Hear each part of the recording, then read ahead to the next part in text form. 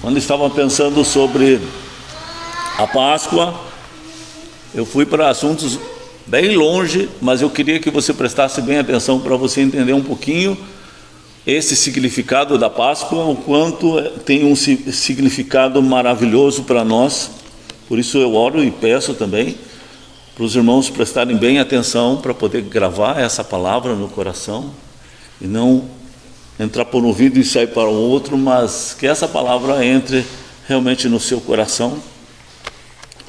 Lá na década de 1960, Dom Richardson era um missionário que foi para Papua Nova Guiné, entre a tribo Sawi, e ele começou a pregar o evangelho que nunca tinha sido pregado naquela região. É perto da Austrália, uma ilha perto da Austrália, e ele pela primeira vez estava pregando o evangelho, pela primeira vez eles estavam ouvindo o evangelho.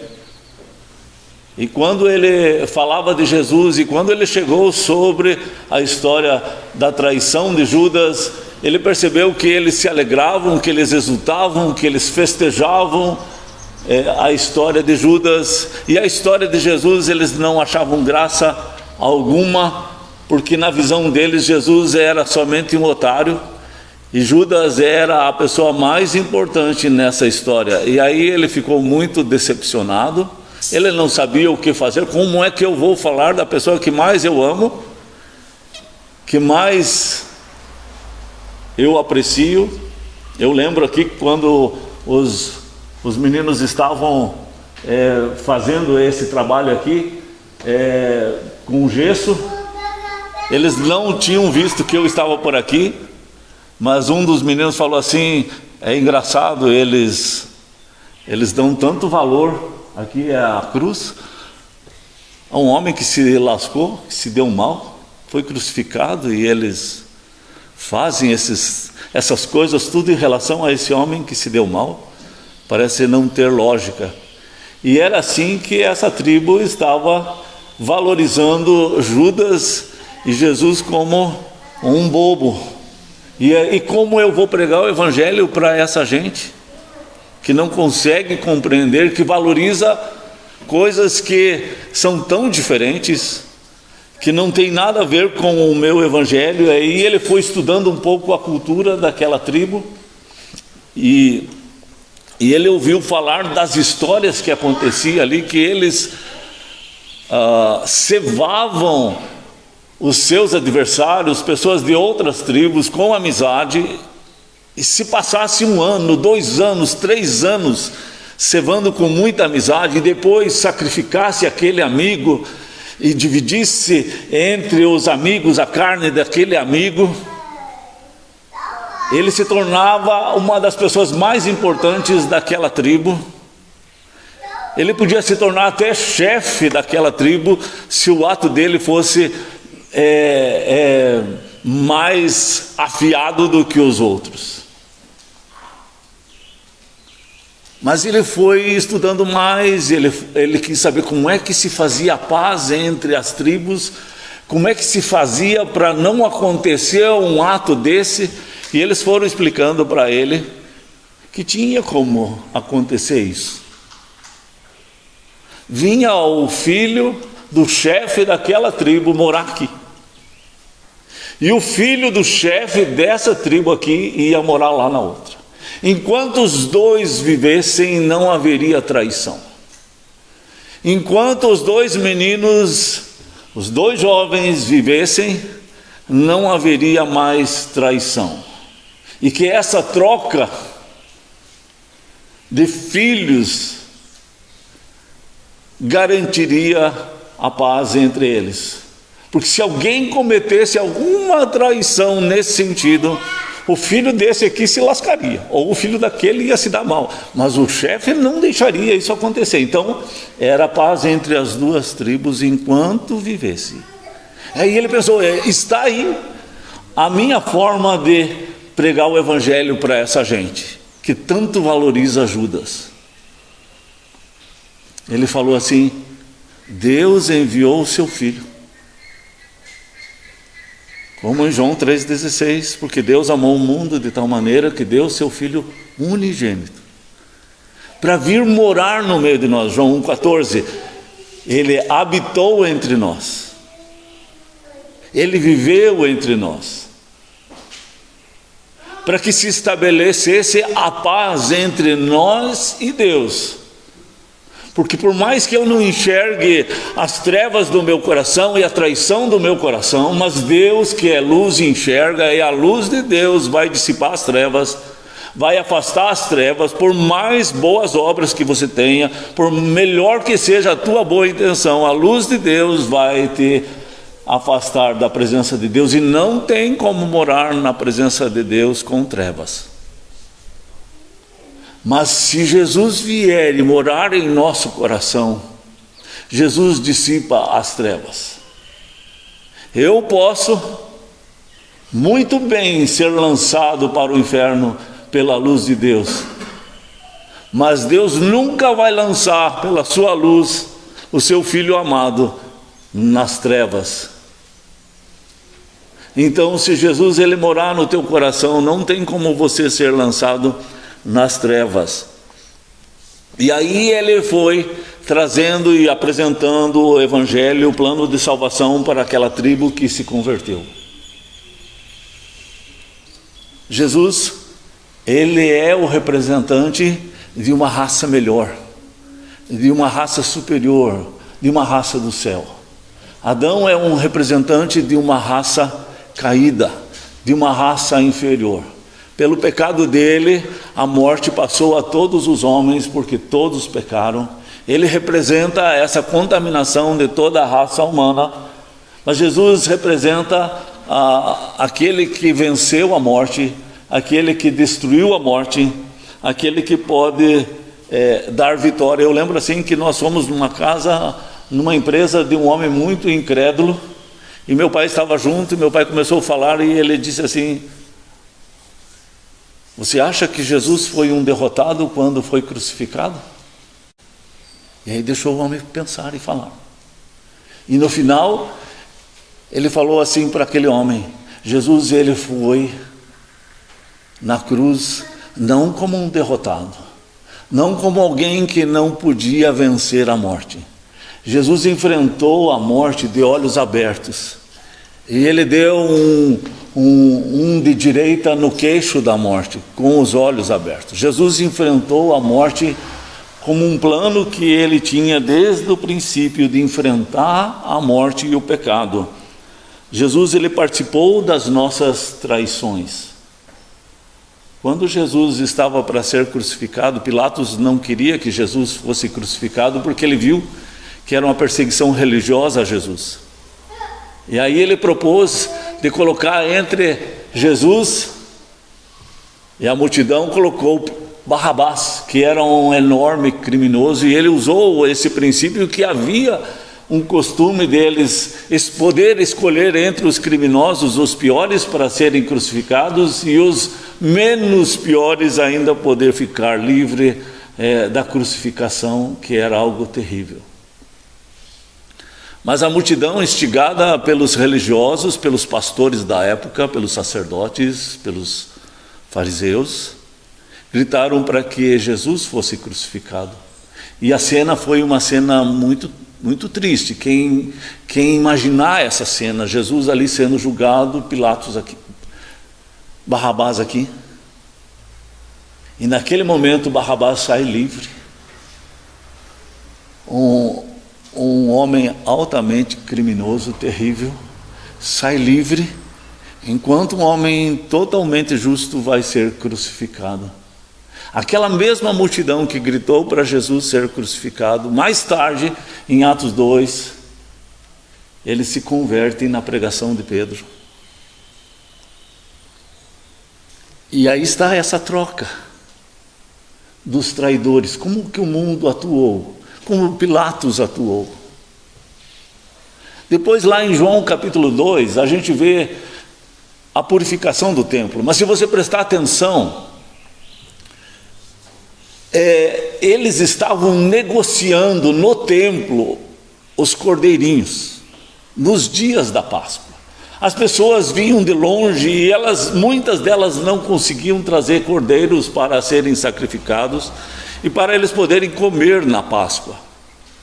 Então eles comiam da carne, assavam a carne e todo o restante era queimado em sacrifício a Deus, e eles comiam também em oferenda a Deus.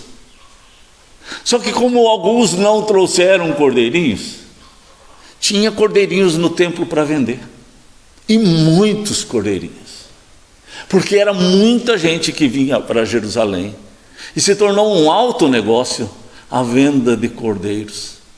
Aquilo que por tantos milênios se sacrificava aqueles cordeiros, como figura que Jesus seria o Cordeiro de Deus que tiraria o nosso pecado, como uma obra maravilhosa, uma ilustração maravilhosa que falaria a respeito da crucificação de Jesus, se tornou um alto negócio para se ganhar muito dinheiro. Então, no mundo, Pilatos saiu livre. No mundo religioso, houve um alto negócio, se ganhava muito dinheiro. Entre os discípulos de Jesus, estava ali também Judas, que trairia Jesus, como é a figura lá da tribo Saui.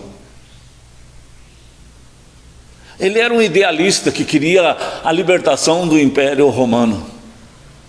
E ele achou que Jesus seria esse libertador do Império Romano. E ele fez tudo para que o seu povo fosse liberto desse jugo tão pesado. E ele tinha boas intenções, Judas. Mas ele usou Jesus nesse propósito que ele tinha. E por isso,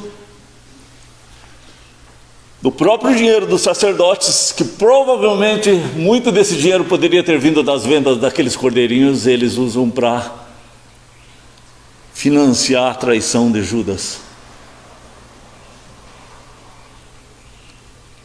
Aí Judas traz Jesus por 30 moedas de prata.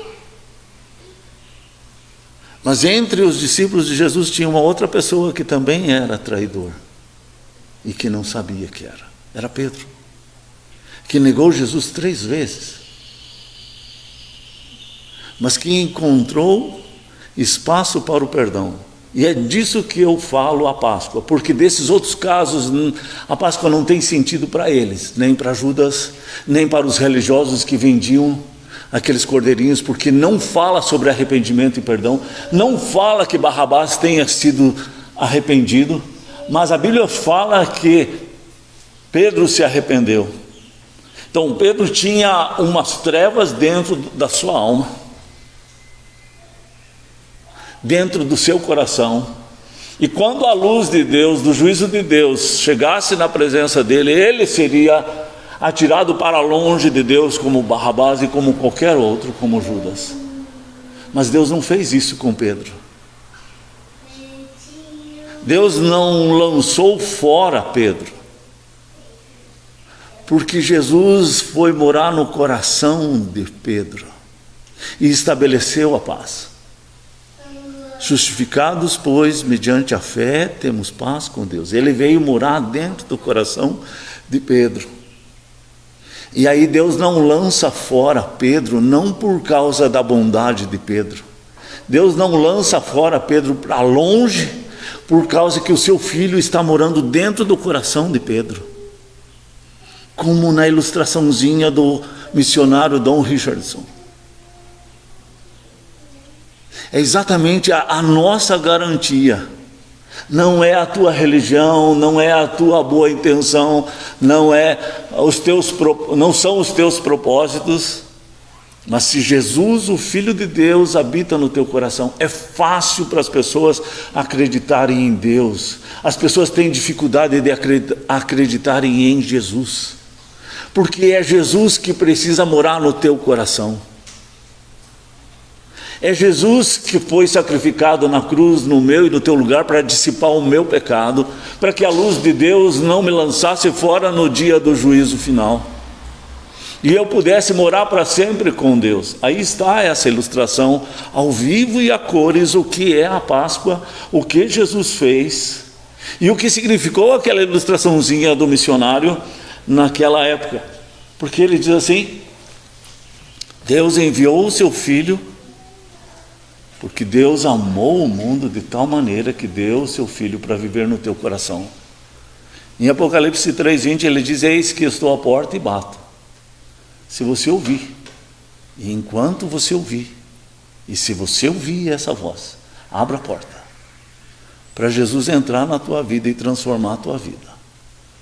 E ele diz: eu entro e faço morada na tua vida. É a única chance de sermos transformados, percebermos o pecado que habita dentro de nós, sermos livres do pecado e ainda podermos viver a vida de Jesus.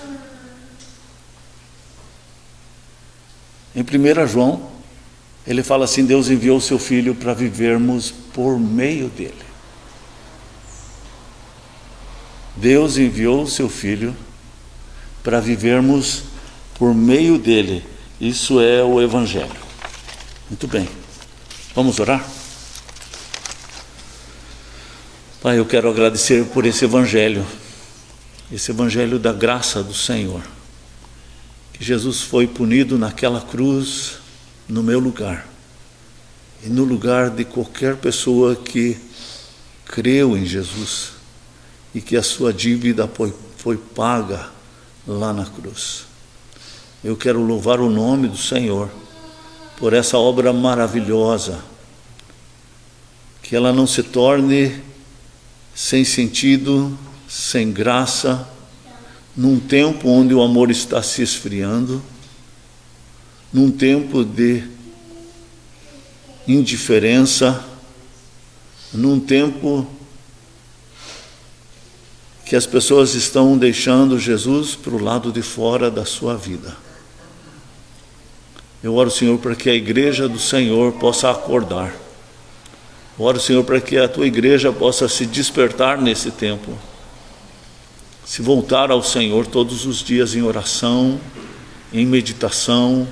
Eu oro, Senhor, para que os casais possam se reunir em casa para orar todos os dias com eles, mas também com os seus filhos, Pai. Eu oro para que o Senhor desperte a tua igreja, os teus discípulos, para que não saiam envergonhados no dia do juízo final, de que passaram esses dias acumulando riquezas, correndo atrás de bens, comprando, vendendo, casando, dando-se em casamento, bebendo, comendo, esquecendo de encher a sua vasilha do azeite do Senhor, e terrivelmente vai ficar para o lado de fora. Eu oro, Senhor, para que a tua igreja perceba essa situação